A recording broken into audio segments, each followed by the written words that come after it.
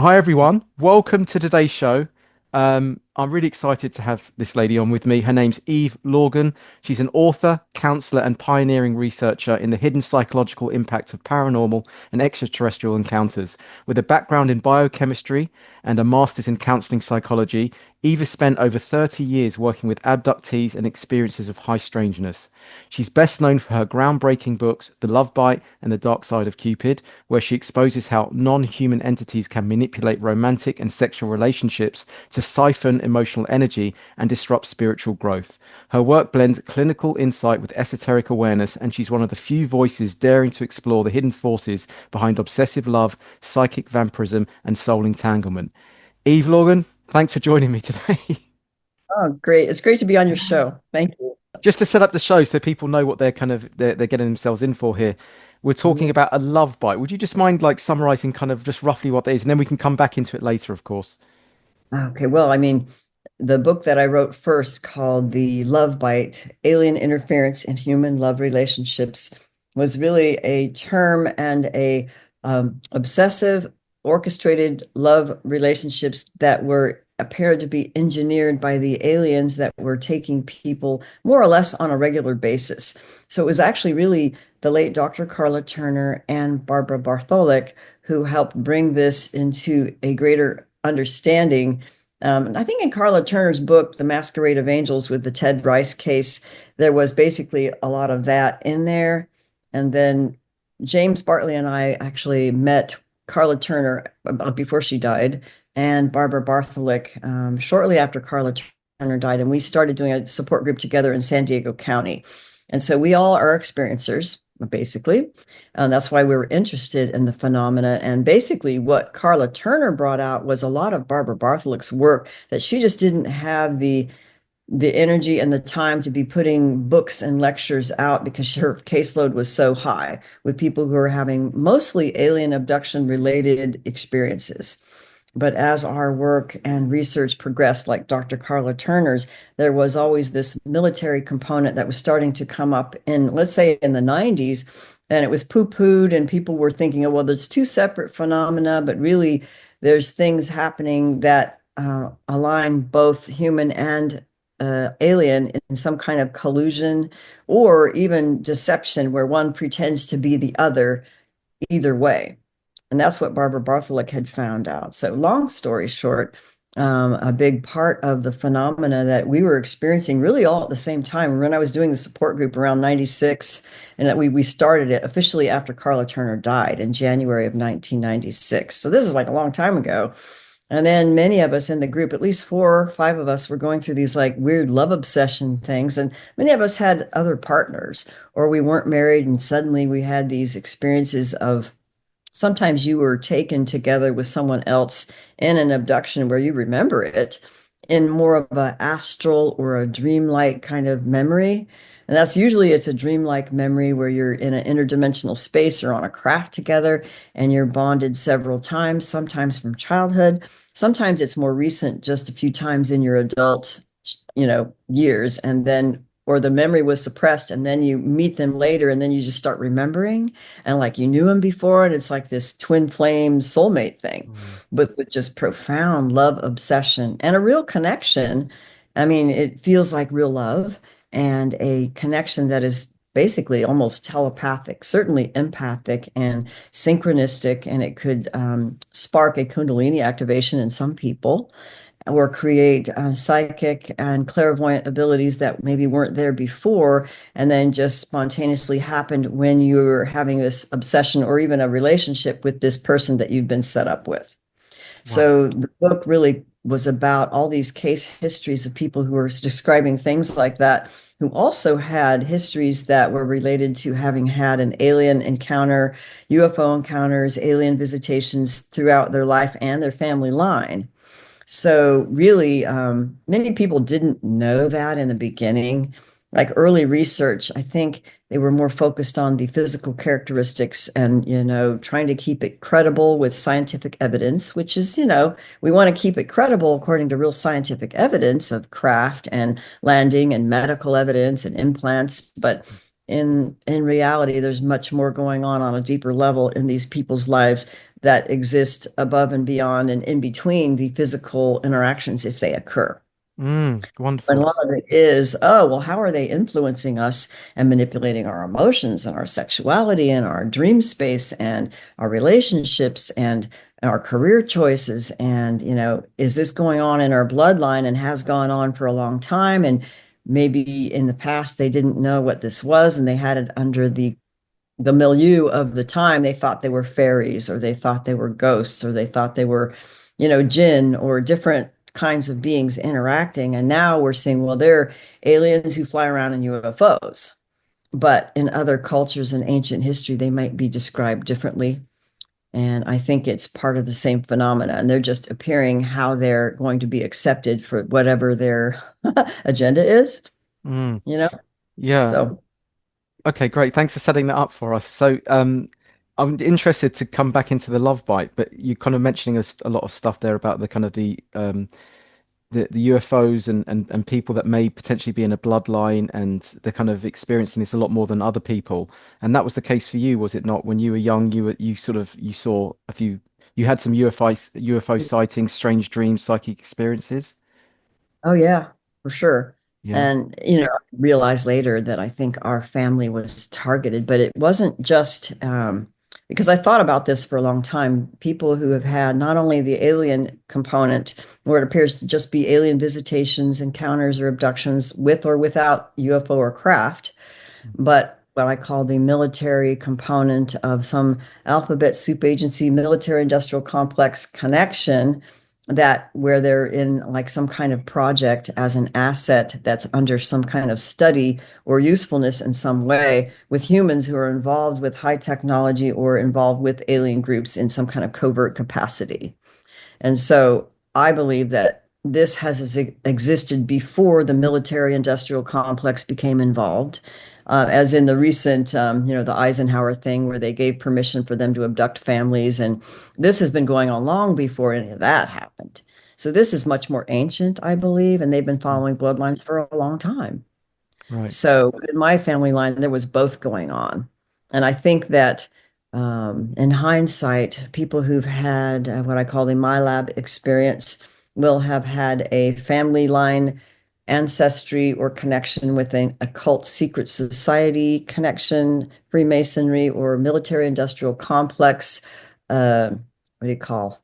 Something for like Raytheon or Lockheed or military intelligence or something where there's a high clearance where they have to take an oath or something, and then their kids end up in these projects or they're followed and they're watched somehow. Mm. So they're experimented on, And you you think know. that you could be in that bloodline then?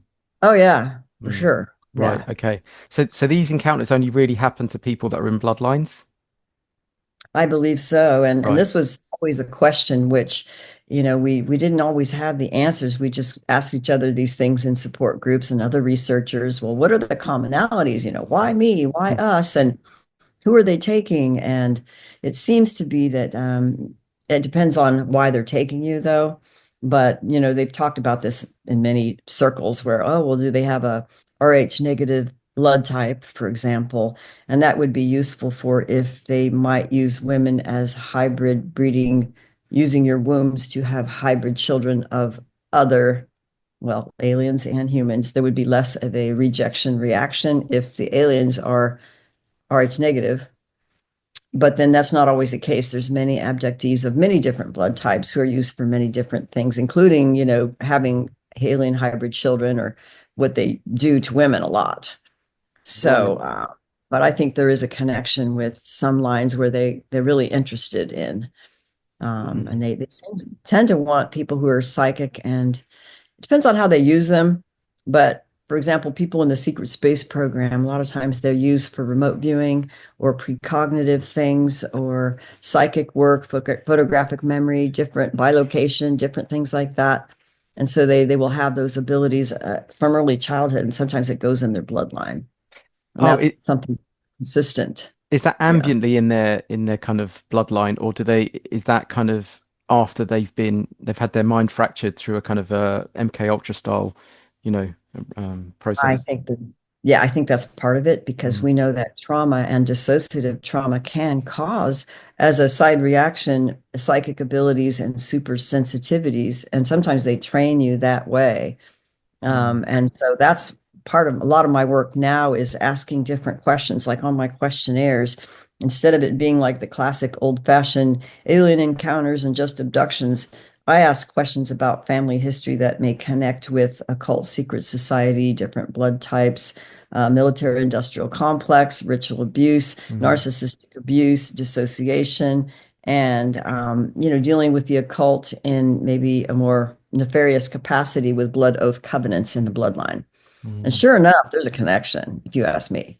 Yeah. Yeah. And did you, I mean, so, and you, with your childhood, did it feel like a pretty normal upbringing then, or did you know something was different? Sorry.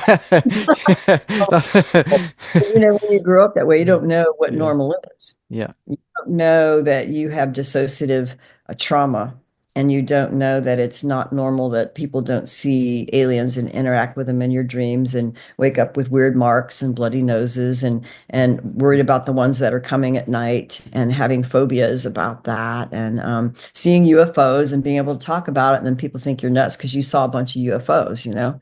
So, God. yeah, you grow up realizing, oh, I got to keep that a secret, Mm, or they're going to think you're crazy because people who have those encounters tend to see them more often, mhm. right? Yeah. Yeah. So, yeah. Definitely. Yeah. I mean, I've spoken to a few survivors and Jean Eisenhower, she must come from Oh the yeah, Dwight Eisenhower bloodline, you know? yeah, And right.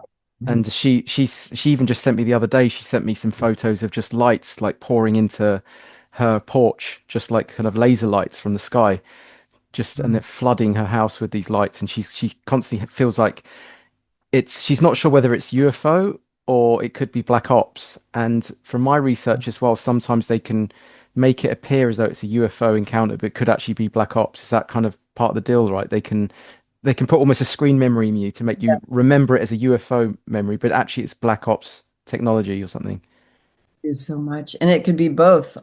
What Barbara Bartholock found was that sometimes the aliens, as in reptilians, would use the image of human military, and then people would be thinking it was human military and blaming all these bad things on the military, and then it was really reptilians or really aliens. And then other times it was the military using like props of fake grays or fake props of reptilians in a group abduction where they're all drugged out. Most people aren't lucid. But the lucid ones will be like, oh my God, that's like a cardboard cutout of a reptilian. And that guy there who's all tranced out, who's abducted with them, thinks it's a reptilian. And we knew someone who experienced that, who Mm, actually experienced both things. So that's why I don't think it's a black and white, cut and dry thing. But I do think dissociation and trauma is a big part of it. And that the whole energy vampirism, mm, well, loose feeding. We call it loose feeding, like the Robert Monroe. I mean, he called it loose feeding, but it is a type of energy manipulation and in some cases direct vampirization, mm, depending on the beings and how they're interacting and creating like chaos and drama and love obsession and yearning. mm, And so I talk all about that in the book where I describe the dynamic of the alien love bite, for example. mm, And the love bite is more about the connection with definite alien or ET beings in one or both partners' lives that interact with them probably on a regular basis. They're like lifetime abductees, and where is a prominent component of their experience, and that the aliens are definitely believed to be involved in orchestrating these things. And indeed they do. They orchestrate much more. I mean, they could do things like set friends together or jobs or moving you from one town to another or arranging circumstances or putting images in somebody's mind to stay away from them. Like they would do this with abductees who are, let's say, wanting to tell the truth and doing research on their own and talking to a researcher or a hypnotherapist, and then putting images in the mind of the abductee to stay away from that researcher, to be afraid, or mm, they would do this to others so that you stay isolated within the control of the phenomena because it's so wow. easy for them to manipulate not just really the quote abductees, which they do, but they could manipulate people who are unaware of the phenomena at all more easily. And so this draws the question of like the abductees aren't necessarily the problem. The problem is that the unawareness of people in general, like the majority of the population, who are so easily manipulated to not see, not hear, not help, and enable the whole phenomenon of the control system. So this is, I think, why I wrote and I did the updated Dark Side of Cupid book and the Love Bite, where I really wanted to put in my final thoughts on, overall after 30 years, how do I see this and what's really operating and what do we really need to do about it and what's happening. And sure enough, this really confirms and vindicates the work of Barbara Bartholic and also Dr. Carla Turner.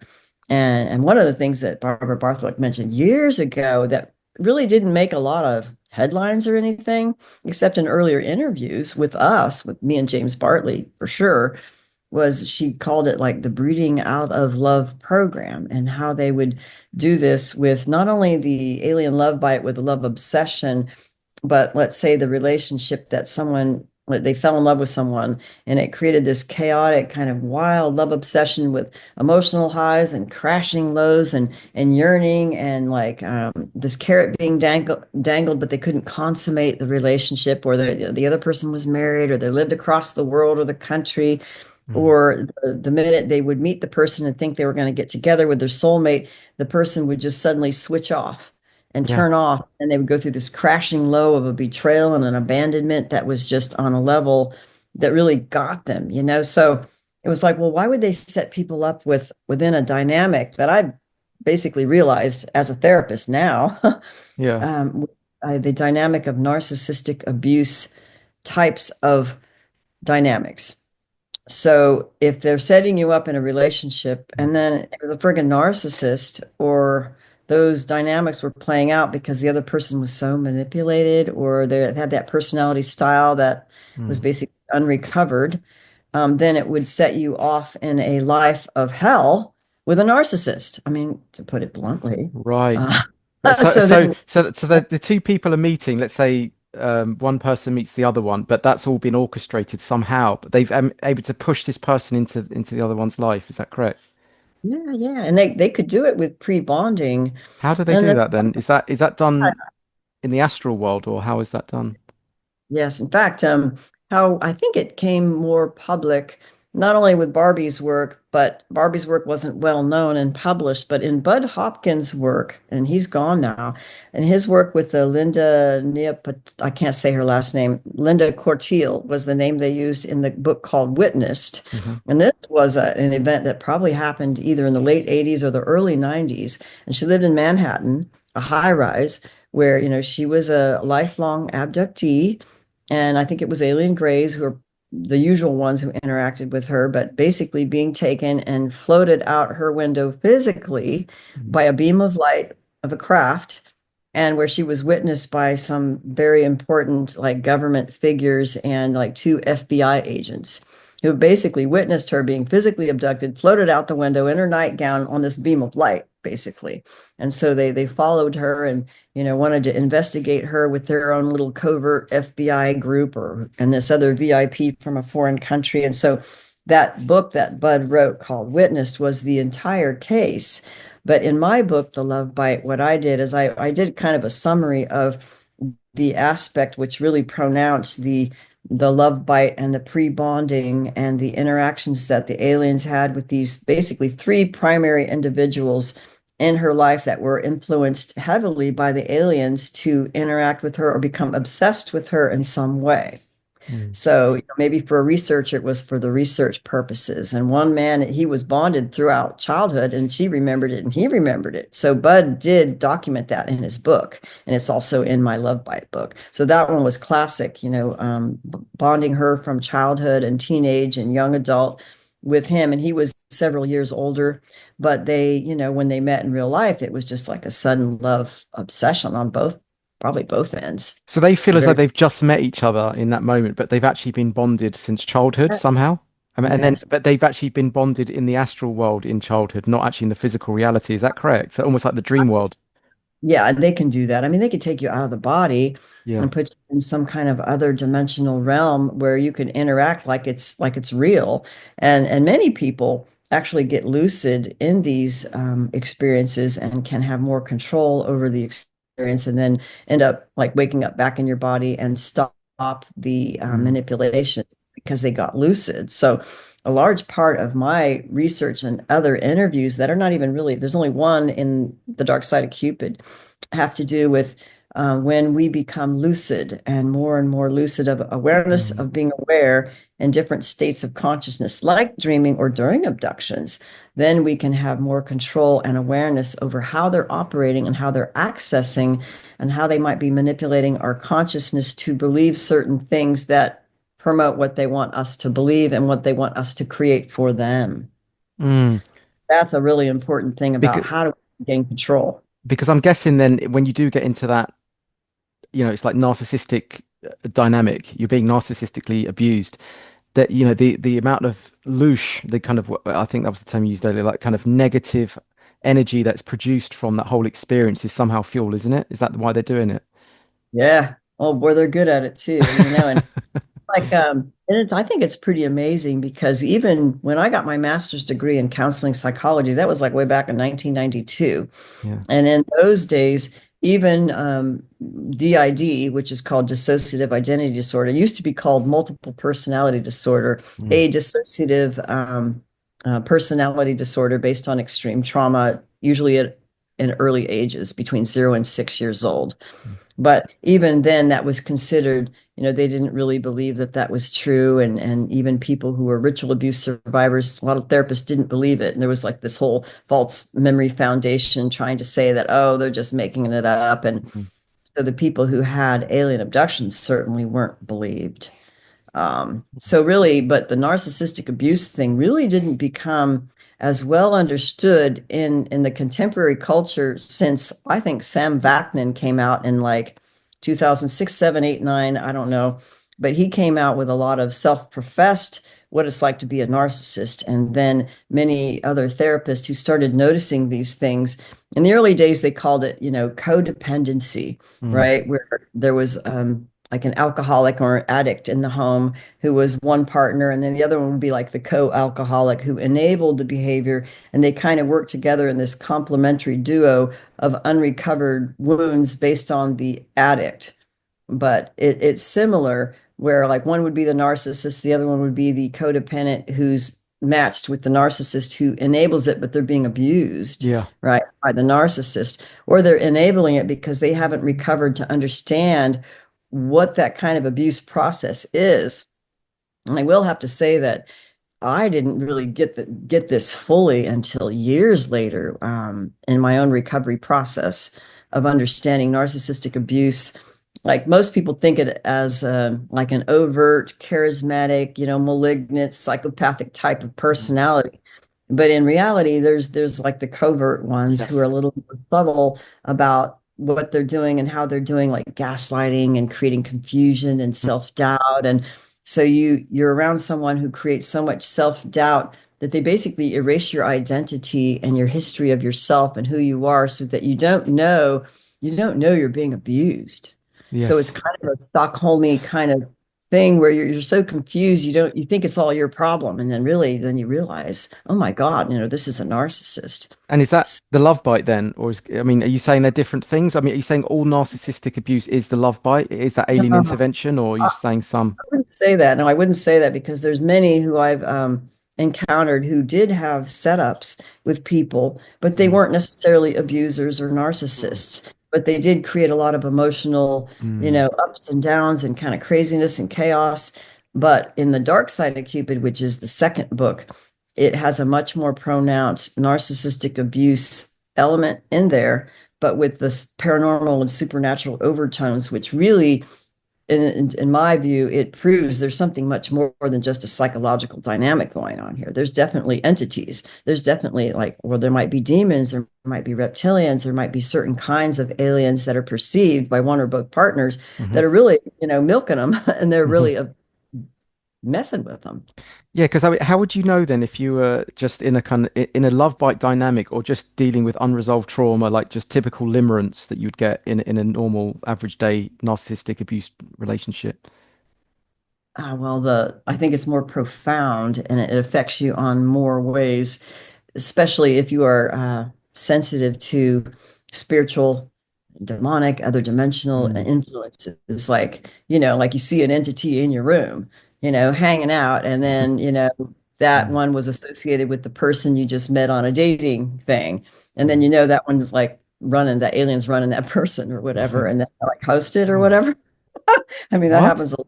Tell me I this. mean, No, Eve, you oh must tell my me God. more about that. Tell me what? So you're on a It's dating actually app, and then you just see like a demonic entity in your room representing this person. Is that Oh, right? yeah, I mean, it's almost comical. I mean, I have to say, I have to have a sense of humor now. Yeah. And I know these things are serious and have just Yeah. really a lot of people. But after the reports I've had for so many years, especially people who think they don't know anything about aliens, like they've never heard Mm. of it before. They just think they met their twin flame, but this twin flame was like, had the ability to enter their dreams and they were like telepathic with them. And they think it could be a guru, it could be a famous person, it could be a Mm. politician, an entertainer, a sports figure, like a meditation guru who gets, lots of YouTube hits, who's really famous, like that's a red flag if you ask me. And then they Mm. have these they're almost like what I call the astral twin flame experience, where you might have only met that person once or twice, sometimes talking to them for real or meeting them for real in the real physical world. Or maybe you're just on their list of watching their videos or gone to the retreats and you never really met them and had like a real kind of relationship or friendship, but you're having this astral thing that's suggesting you're having this real connection with someone, but it's like on this other astral telepathic level Mm. that is affecting your energy and your kundalini, and you're linked in with them telepathically. And then you have these synchronistic communications through text or email or the Mm. videos they put out or on social media. So we get a lot of that, but a lot of the ones doing the more, I would say, the more malevolent energy loose harvesting with the astral twin flame thing, that's just like weird. Mm. They sometimes they know it. Okay, so they're predators who know they're predators, and they're linked in with some kind of, what we call it, a familiar spirit, or a lot of times it's a reptilian or a drac or something that might have a Mm. particular appearance, not necessarily a reptilian. It may have a particular appearance, or it might use the appearance of that quote guru who's functioning in physical life. Mhm. They are definitely being led by another entity that's using them as a host to loose feed and connect with all these other people, like an octopus feeder. So it'd be like this big octopus that just has tendrils to all these people that they're interacting with in these like spiritual guru groups. And And they that, and they become hooked, and then they somehow have some obsession about that guru, right? That's the uh-huh, yeah. uh-huh. That's And how then it and works. it won't go away. Like they get Yeah. these links and dreams, and it like could make their life go downhill for a Mm. long time. And they just don't know, like, why did this happen? Ever since I was, I took this retreat with this particular guru, and they might have had normal lives before that, like Yeah. no histories of weird alien or whatever. And it could be like a person who's actually hosted by one of these beings. And then sometimes, I mean, I can go off and on Yeah. about this. I believe now, based on the people that I've spoken with, some Mm. of them are not only, let's say, sorcerers, or they're pretending to be gurus and they're really Mm. linked into something nefarious, pretending to be this false light. Well, they're false light, and then Mm. loose feeding. Mm. I believe that they're utilizing technologies or covert technologies, which we now know do exist, but they're covert, that they use to amplify or multiply the effectiveness of that basic black magic technique. So, and then they may be done through, let's say, coven groups Mm. who have a particular agenda through their, witch or their warlock or their sorcerer.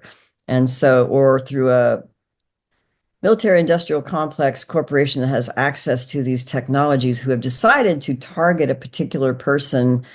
And I get reports of this through people who Mm. are targeted individuals, and the targeting starts usually in relationship to a particular relationship or a divorce, Mm. or they were a witness to something in a court case. And then from then on, they're targeted with these technologies through a certain person or group that has specifically targeted them. But it's like black magic.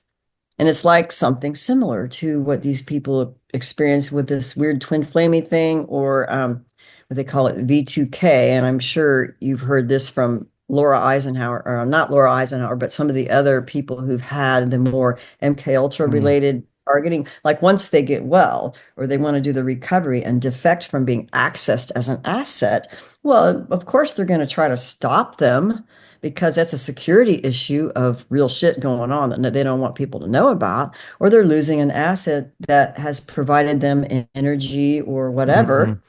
So they want to target you to stop you from your recovery process or telling the truth or defecting from an Mm-hmm. Illuminati family. So there's all these other things that are actually connected to a similar phenomena as, quote, a love bite or a manipulated relationship or a false twin flame thing where they feel like their energy is being affected or vampirized and creating health problems or breakup of marriages, losing their jobs, causing them to become homeless. I mean, yeah, Mm. there's the whole caboodle in I mean, there. because do actual real twin flames exist in that sense, and the soulmate thing, or is it just a kind of a fake thing that's engineered to make it feel like it? I don't know if it's all fake because what I've experienced, even myself and other reports, where if you meet someone, or let's say you married someone, or had a love bite, you were set up with someone by the aliens or whoever, Mm. whoever, right? Because sometimes it's military who've got the technology from the aliens, and they're doing it too Mm. for their own little fun games or whatever. But oftentimes this sets someone off in you can call it a come to Jesus moment where your life has thrown so upside down with such extreme trauma and duress or a near death experience, or, Mm. you feel like you're going to die because you're just, Mm. you don't want to go there, right? And then you might have realizations on a spiritual nature that happen where you start having spontaneous memories of other lifetimes or you'll remember them in another life. And so sometimes you can remember, oh, well, that was why I was married to this one, because in that life I remembered them and they're the same person. So Mm. sometimes we can make connections with real past life memories. Um, but I will also say that sometimes they can give you fake memories to think they're past life memories to justify a setup. So there's Mm. many things going So on. there could be like a past life with someone, but they can also replicate it. I think that's what you're saying. They can put a Yeah. false screen memory in of a past life as well. So they can, yeah. Yeah, and in fact, there's a case in the dark side of Cupid with a woman who has had lifetime alien Mm. encounters, abductions, where she was put together in a alien love bite with another man who also was Mm. taken as a child, and they were bonded as children, and Mm. they all remembered the experience, so they could, witness together that they know they had this thing and had the obsession or whatever. But the aliens came and tried to set her up later. So a lot of times they'll set you up with one person, oh, it doesn't work out or whatever. Then they keep trying with other people, right? So Mm. they're like multiple experiments. So they put her together with other men where they were abducted together, and men who are actually UFO researchers Oh, who right. were unaware. And then the type of thing that can happen, which often happens, is Mm. they may see a craft, and it could be a whatever encounter where they know there's a light in the sky that's a craft. I'm like, oh, I saw a light in the sky, whatever. Okay. But they thought nothing happened. There was no missing time. But then they had these looped memories later where they were actually taken and they would take them in and out of time. So there was no missing time. So they didn't even know they Mm. were gone. But one person remembers and the other people like don't. And so in this particular case in my book, she remembers being taken, and the aliens were like these tall whites. And the tall whites have been reported in Nevada, I don't know, Area 51. It was like Charles Hall did a whole big bunch of books on the tall whites and Mm. kind of, glorified them as being benevolent. They're not benevolent, okay? So they were interacting in her case in this particular joint abduction, trying to set her up with either one of the men. And she was like, no, I'm not going to go for it. I know what you're doing. So she was lucid, right? And then I guess as part of the conversation of this telepathic being, the white, tall white, was telling her, oh, yeah, that we do this. This is a delicacy for us. And that sometimes we know that if two people can be bonded together, let's say they didn't say a love bite, obviously, but if two people can be set together, they know by the energetic tendrils that they can perceive in between people that would signify that they have a previous karmic connection. So if someone does have, let's say, a past life or whatever karmic connection where you were married to, or you knew them, or you loved them in another life, they would see these tendrils and like, okay, that would be a good match. So let's just strengthen those pre-existing tendrils of energy that was a past life connection, and let's just amplify it and catalyze that thing and see if the love bite turns out. And then destroy it, you mean? And then like so you get two people that are already intrinsically connected, and then they would amplify it, and then what? Try and break it up so it causes Well, more now, trauma. they may or may not break it up. Sometimes they put them together for a purpose. Mm.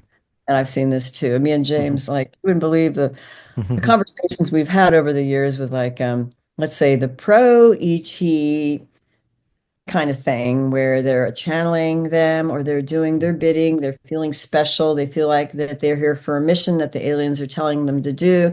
So Mm. the aliens say, okay, well, if you do this for us, we'll set you up with someone and you'll work as a team to help us in our agenda or whatever for us to do that special mission.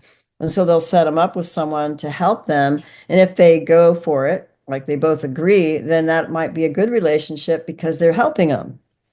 You see? Mm. But if you're not helping them, then they'll break it up. And there's many Mm. cases where people have shared things with me where they weren't an abductee, right? They weren't somebody who normally had these experiences. But let's say they joined a particular meditation group, and the person in the meditation group was a woman who they could have been an astrologer or a channeler, or they worked with spirit guides who would want to help them for a particular mission that they wanted to do, maybe create a light healing center, a new age center, or whatever. Mm. And then the beings that were associated, that were the spirit guides of that person, could be a woman, it was in this particular case, would come to the man, and they lived like continents apart. And then they would interact with him in his dreams and try to link into his chakras to create this love bitey thing going on between them so that he would be the partner for her to help her in her mission. And then he caught them what they were doing and saying, you know what? No, I don't agree. You got to ask me permission if you're going to be doing this. It's like, no, I don't agree. And then they stopped. So sometimes if you just say no, they'll Mm. they'll move on to somebody else. But so there's a lot of different Mm. dynamics that go on that I believe now, especially since the dark side of Cupid investigated more than just quote alien abductees or people who have Mm. ET contact, other people who were involved in some capacity in what was it, maybe a new age group or a cult group or a this or that, then they started having these experiences and observed different kinds of beings, but doing essentially the same kind of thing. And so that's why I wanted to make that clear in the dark side of Cupid that there were cases where a woman would have things what she called they were, I think they were reptilians, but they were acting like demons to pretend they were aliens doing virtual surgeries, but they were really a type of demonic attack, doing things that made her think it was alien abductions doing implants, for example, or surgeries. But really, it was just a big con, but they were still affecting her on a very deep level. Mm.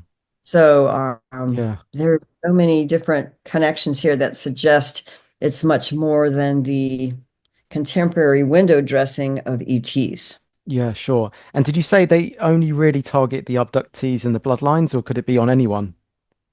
Oh, it could be many, but I think they tend to target certain bloodlines more, and Mm. it could be that there's qualities of these people that they want. Let's Mm. say, I believe this is true, and I don't think all people of a RH negative or a blue blood this are like Mm. evil any more than anybody from a naughty bloodline is basically evil or bad. I mean, Hmm. that's not the case because I've met people who are extraordinary Hmm. and talented and wonderful, and they're trying to defect, or they're not bad people. Okay. So some definitely have qualities that are, I think, superior in awareness and perception, and let's say psychic ability, for lack of a better term. And because they're so aware, they want to control that person or experiment on them. They're canaries in the coal mine. So that, let's say, if the aliens or the military did an Mm. experiment, and if they can get that clairvoyant, super sensitive person to be, let's say, manipulated or whatever, or Mm. not see what they're doing, then they know they've got the entire population, right? So many of them are canaries in the coal mine who are extraordinary people who Mm. have their eternal spirit memory of not only other lives, but what happened even before, let's say, the hijack of humanity with this whole Draco reptilian thing. And that's what I find interesting. Mm. Yeah. So do you think are they the ones kind of mainly in control then? Reptilians, Dracos, they're the ones like pulling all this off, working with the military. It seems to be those ones who take on those, what do I call it? Take on those forms, Mm. but many people have seen different forms. For example, they talk about the Anunnaki, the Mm. bird beings who,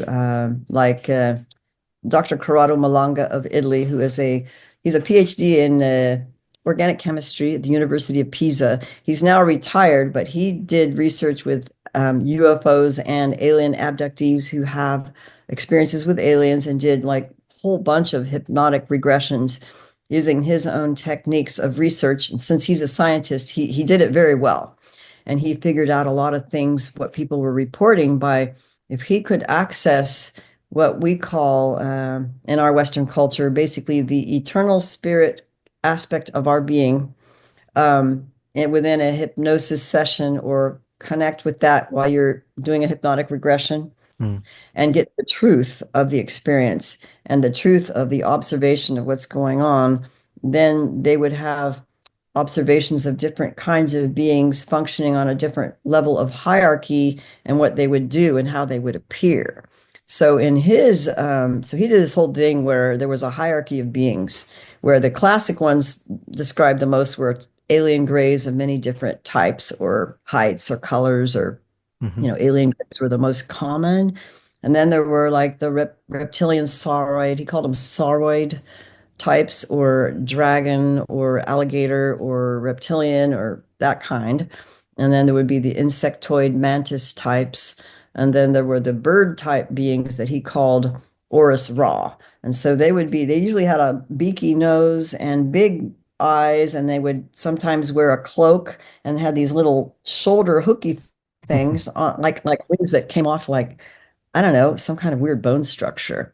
So the bird type of beings that look like velociraptors Mm. or certain kind of dinosaur bird-like beings with bat wings. So sometimes those are the high level beings that are interacting in certain bloodlines, but they may abduct or take different forms.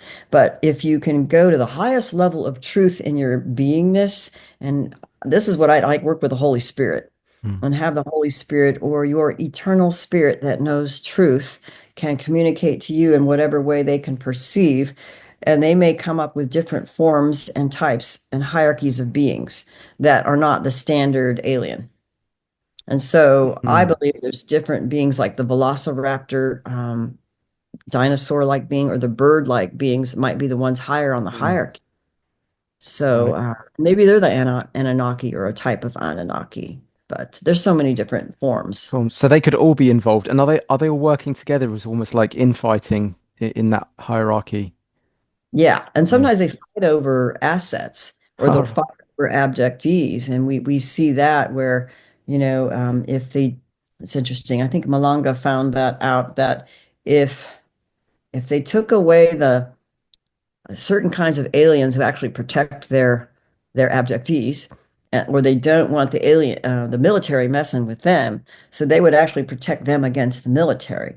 But if they removed like that alien thing in that regression, they disengaged from its control, then the military might start getting them, and they lost their protection. Or, the other way around where the military would be getting them. And yeah, so there was different ways to basically the therapeutic approach to regain our power really has to do with integration of our, Malanga called it, our mind, spirit, soul in the body, to create a coherence within the triad of consciousness that we are as humans. So Mm. really what the aliens were doing, they were creating a disconnect between the coherent connection with our eternal spirit, which is really the battery, Mm. and our soul personality complex, which is very energetic, and then our mind, which exists in time and space as the consciousness that we identify with in our personality. So they would create kind of like a disconnect. So an ordinary person, you might have a direct connect, Mm. and like, oh, Mm. I can connect with my spirit, my soul, and I know myself, and I'm not dissociated or whatever. But in abductees or traumatized people, they will have a disconnect. So instead of hearing your eternal spirit, they're going to hear the spirit guide or the alien that's intersecting its consciousness or its program through us.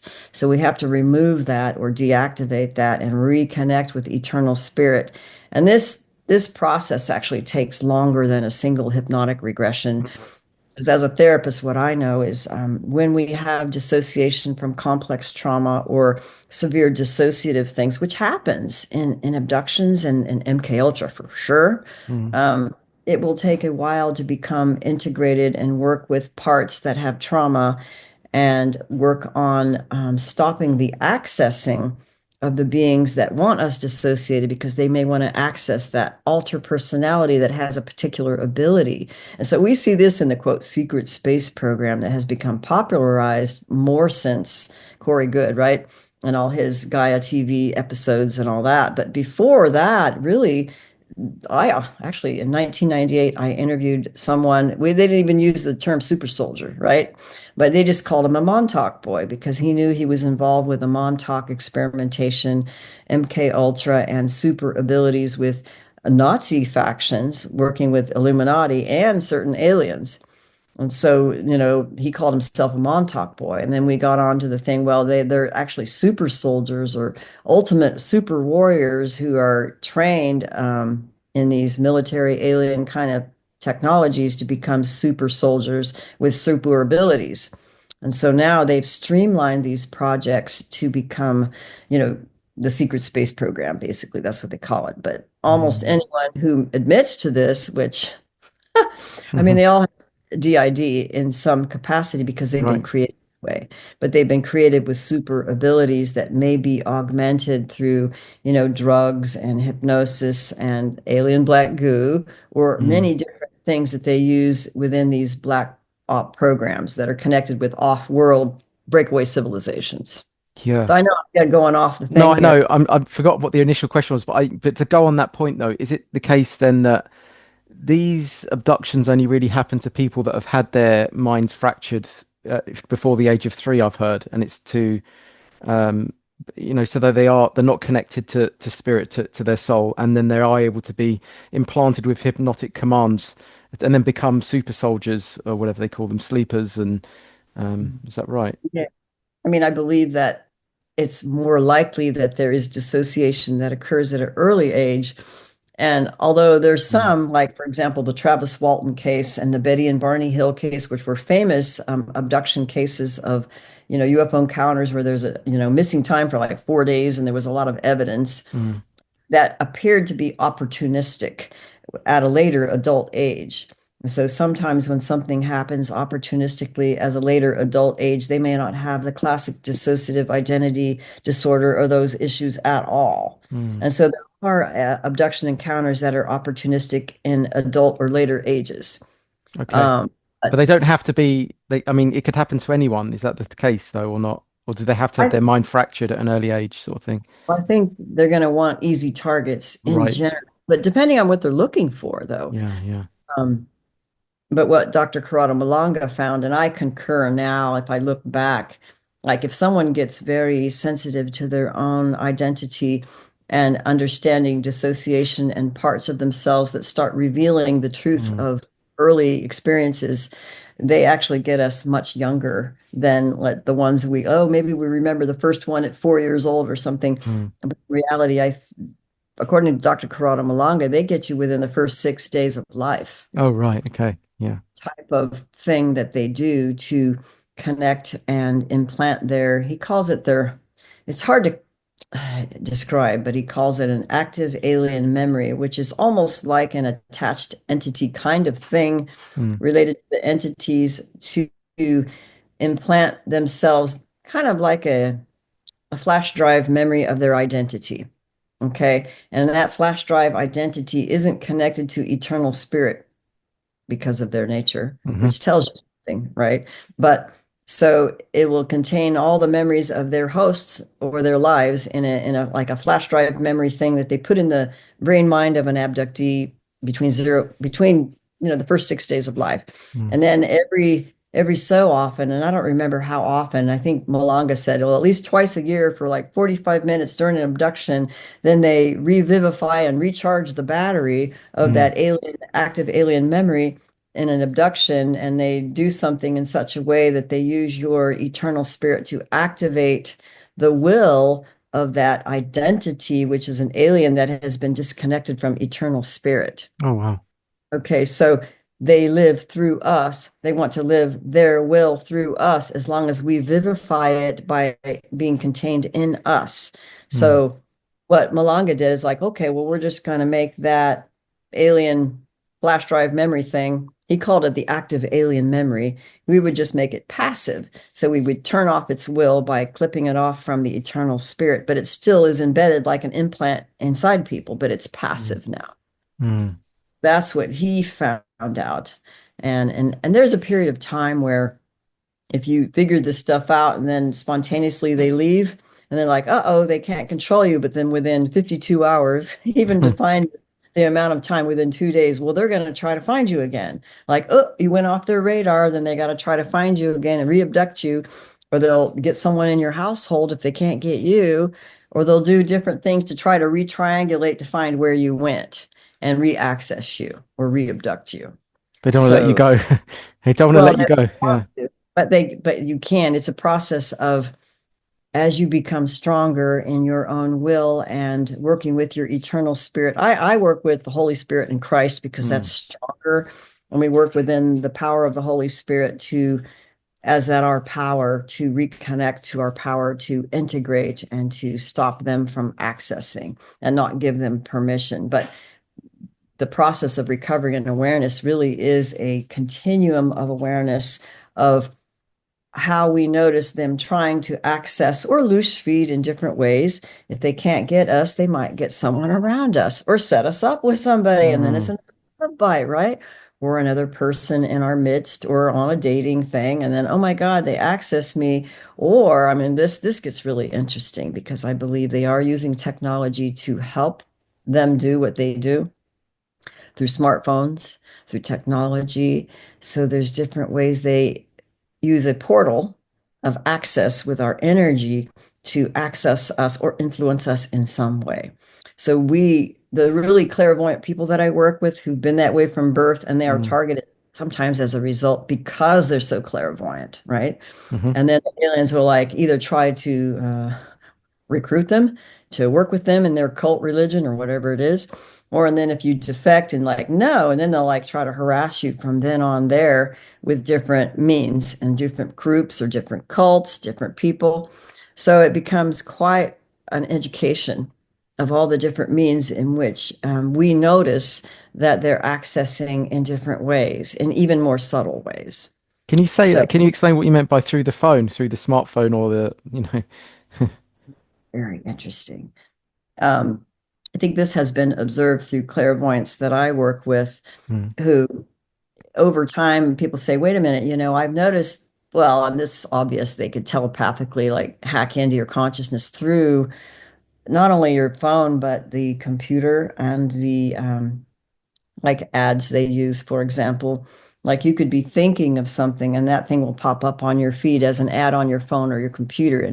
And or like you have a conversation with someone and like for example, we were talking about belly dancing the other day. Oh, and then like the next day I get a YouTube clip of a belly Yeah, dance. that's what I have. Yeah. Belly dancing, but because we talked about it, it picks up But conversation. thinking, I wrote a post on Facebook a few months ago where I said I was thinking about something and then I got an ad for it an hour later. Yeah. So we know they can do that with technology, which I think all came from the aliens, Mm. and then our own humans involved with whatever, technology companies have adapted to that for their own power and control to influence and control the minds of people. Is it But just yeah, ads though, or is there anything else they could do? oh God, well, I mean, we look back, if we study the occult, and if we Mm. study like black magic or white magic or the different ways that sorcerers and witches and shamans have done things, Like a black magician will do things like, oh, well, if they want to affect someone, they're targeting someone they hate, they'll use an object link and they'll put it in their home, and that object link will open a portal in their house so the demon can come through and mess with them or curse their home or something. And it Mm, would be could be something simple like a pen or a needle or a rock or a piece of jewelry or an animal hair or a mm, bone or whatever, like the old-fashioned sorcerers. But now they could do it with any number of things, or a phone, or technology could be used as a portal, like mirrors or classic portals. And a lot of times people will perceive, oh, entities coming through the mirror, or wow. through, I believe that they come through certain phones. And I've noticed this recently with certain more advanced phones. Yeah. I don't know if I want to talk about that now, but Mm, like person who I've known for years, like for 25 years now, who noticed with certain smartphones, there was like a grayish energy that would emanate from the phone that had these little teeny little there's a form that comes on a card. What do you call it? The club is a shape on a card. I don't know, like the regular decks of cards, and they yeah, have the yeah. four. They're clubs. Yeah, they're called They look clubs. like Yeah. little club thingies coming out of this little, I don't know, opaque energy thingy, and it would affect, it would be like trying to connect to her energy. Or she would see grays coming out of little energy fogs that would come Mm, emanate out of technology, like energy, like a black box would be like this thing she sees clairvoyantly. And then this gray head would pop out of this like opaque black box, but she would see it more interdimensionally. Oh my God, So scary. certain like that. Yeah. So I believe that there are object links and what we call in the Christian Mm, people know about deliverance ministries and black magic and how to protect oneself. They would say that a lot of demonic things can attach or come through the different orifices of the body: the eyes, the nose, the mouth, the ears, the anus, mm, the vagina, and different ways, or through water, or through air, or through whatever. And so, if we can figure out the portals of access, then we can shut down those portals or anoint them with something holy, like holy anointing oil or holy mm, water. Or we just do a prayer with our breath over all our devices and we pray over them or we anoint them. Then mm. we could literally close off that with our intentionality and our prayer. Wow. But if you don't, a lot of times these things come in just like bugs will come into your house if you got a Mm. whole screen. It's just our reality is that reality.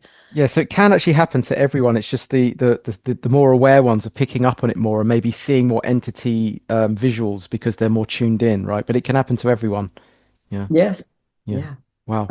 Sometimes they attack the more aware ones, and then sometimes they'll just get anyone they can. Mm. Uh, if they could influence the majority of the population to do a certain thing, to make them controllable and Yeah, accessible as a resource for eternal battery energy, yeah, they will do that. And so that's why I think our most precious resource is our heart and our spirit and our sexuality and our yeah. love. How do you, what's the advice of people that might think that they've gone through a love bite or not even technically a love bite, but that kind of dynamic where they're questioning themselves and, what would you say to Yeah, people like that? I would definitely, sometimes we don't even have to study the woo-woo paranormal, is Yeah. just understand the dynamics of narcissistic abuse recovery, or at least like complex trauma recovery, Mm, and to understand the dynamics of relationships that mm, have these qualities, and to look at that, because a lot of times we don't know what we're involved in. If we're like a naturally kind person who's empathic, mm, or sometimes it's the family system we're raised in, we might have had a narcissistic parent, and we might be on the other spectrum of recovery, being more empathic and codependent, and we keep attracting narcissists because that was familiar to us, and mm. you know it's a thing. So Yeah. studying narcissistic abuse really helped That would me. probably help. Yeah, and IFS, internal family systems, is probably quite a good one to learn as well, isn't it? Yeah. Mhm. Yeah. Okay, no, that's great stuff. So yeah, it doesn't have to just be the love bite in the alien sense, if you know what I mean, interdimensional sense. This can kind of go on as well. But it's just Yeah. it can be ample, like you said earlier, it can be amplified and engineered more, is what we're saying through your research, and that's the whole basis and thesis of the Love Bite, isn't it? Yeah, I mean, it was really Yeah, clear that this was much more than a psychological, much more than just yeah, narcissistic abuse. yeah. And I would concur that if we were all a little bit more aware on the subtle energy, unseen spectrum, clairvoyant or whatever, that Mm, we would actually perceive much more in our reality that suggest, the old-fashioned, angel and devil kind of thing, hmm where there's angels on one side helping us, and demons always trying to mess with us. And in mm, fact, I've heard, interviews of different people who are from different walks of life. Like there's some Christians who are they see angels and they've seen them ever since they were kids, or they'll see other entities too.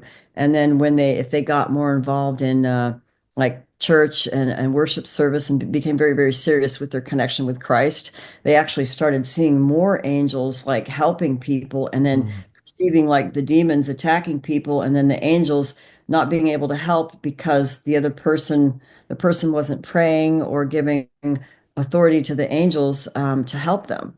And so there really is a dynamic of beings who are helping us and hurting us Are on there? these. I was going to ask you that. So, if there's the dark side of Cupid, is there like the light side of Cupid? Are there benevolent angels looking after us and trying to guide us towards the right people? Absolutely. There are. I, Yeah. yes, I do. I mean, I've had angelic intervention, and I truly believe that they Mm, also exist. And one of the things that I've learned relatively recently from Christians who are a little bit more, I don't know, open-minded and actually mm, directly perceive these things. And I can't remember if it was Blake Healy is one who's a clairvoyant. And then there's another one named Micah Turnbow, who's quite famous for basically seeing angels and having a close relationship with Jesus. And he's seen him since he was a kid. mm, One of the things that the angels told them was that this is where Christ comes in, that I think a lot of us don't know, because the hijacked church, which, Roman Catholicism and a lot of the big church, they're like hijacked, you know what I mean? And mm, they don't really tell us the whole truth, but enough to get us hooked in. But mm, anyway, I don't want to go into that, but mm, basically there's a thing where when we become under the authority of as a believer in Christ, and we are under his authority by believing in faith and grace, like the grace that comes through faith. Now that with that authority, we're in his cloud of authority, that when we pray in his name, using his authority for assistance, we ask for assistance like angelic help. We ask for, warrior angels, protector angels, mm. calming and healing angels. And we ask this in the authority of Jesus Christ as a believer. And we're basically making this request and petition to the All Father of all. But as the one who has the authority, and speaking it and praying or petitioning gives the angels, we call it power to help us. But if we Mm. don't ask in our authority, they're kind of like, you have to ask and you have to pray to get more help, and actually to release them to help us more. Yeah, because I was So going to say, something like praying, for instance, obviously it's spelled Praying, but is it not also the case that it could also be Preying? And as you're praying, you could actually be preyed upon by, in the same way, they can replicate that same dynamic and kind of create a simulacra in a negative sense, in a malevolent yeah, sense. Is that also, no, I yeah. would have to say these things have been observed. And like we did a panel years ago with, like Tom Montauk and James Bartley, myself, and several others, where we talked not only about the love bite, and because we've all had experiences with that, but we also did another panel on the interdimensional interference factor, and when there's artificial synchronicities being created as a result of, oh, well, we're going to ask the universe to bring our soulmate to us. And what happened when someone did that, and then it brought like the love bite from hell, who was like a Mm. Draco friggin' reptilian host or whatever. And so those things can happen even in, if we have to be careful who we are praying or petitioning to. But there's, I think what Jesus said in some scriptures was like, well, we pray as if it is accomplished and believing that it is true. So our faith, as if it is already accomplished, is an important part of how faith really heals us. And I know that Greg Braden has done a whole video on this that I saw recently. It was pretty good. And he talked about a Native American friend that he knew closely who was from a tribe in New Mexico, the highlands, the mountains there. where they were praying for rain in their own way, but they did it in such a way that they basically, you can do this in hypnotherapeutic process where you really feel what you want. Basically, you feel it as if it's real, Mm. and you believe in the realness of the isness of it as if it's already accomplished now. And then that helps bring in that whatever you want, basically, in your prayer. But you do it with faith and with a kind of believing in the realness of it and really feeling it Mm. palpably in your imagination, even. So that helps a lot in prayer, I believe, because if we're always afraid and feeling powerless, it kind of exacerbates this powerlessness, you know? Right. Okay. So yeah, if you're praying in the wrong way, then it can actually have the reverse effect. It has to be done from a place of spiritual sovereignty and faith and trust and everything else. Yeah. Yeah, I mean, I've had moments where it was like a come to Jesus moment where you were so um, surrendering, a type of surrender of like, okay, God, I don't know all the answers, and I'm at your mercy of the all, and I know you exist because I know you're real, and I know you're good and Mm. true, Hmm. and so that faith and surrender brought connection and communication of something greater that helped me and turned the course of my life into a much better direction. So sometimes, we're at our, what do they call Mm. it? There's a in recovery they call it. I don't know what, rock bottom, Yeah. or the come to Jesus moment or a near death thing where Mm. it's like, okay, God, I'm yours. I know you exist. I know you're real. Can you help me? And then sometimes that's the thing that really turns the course of our life. Mm. Amazing.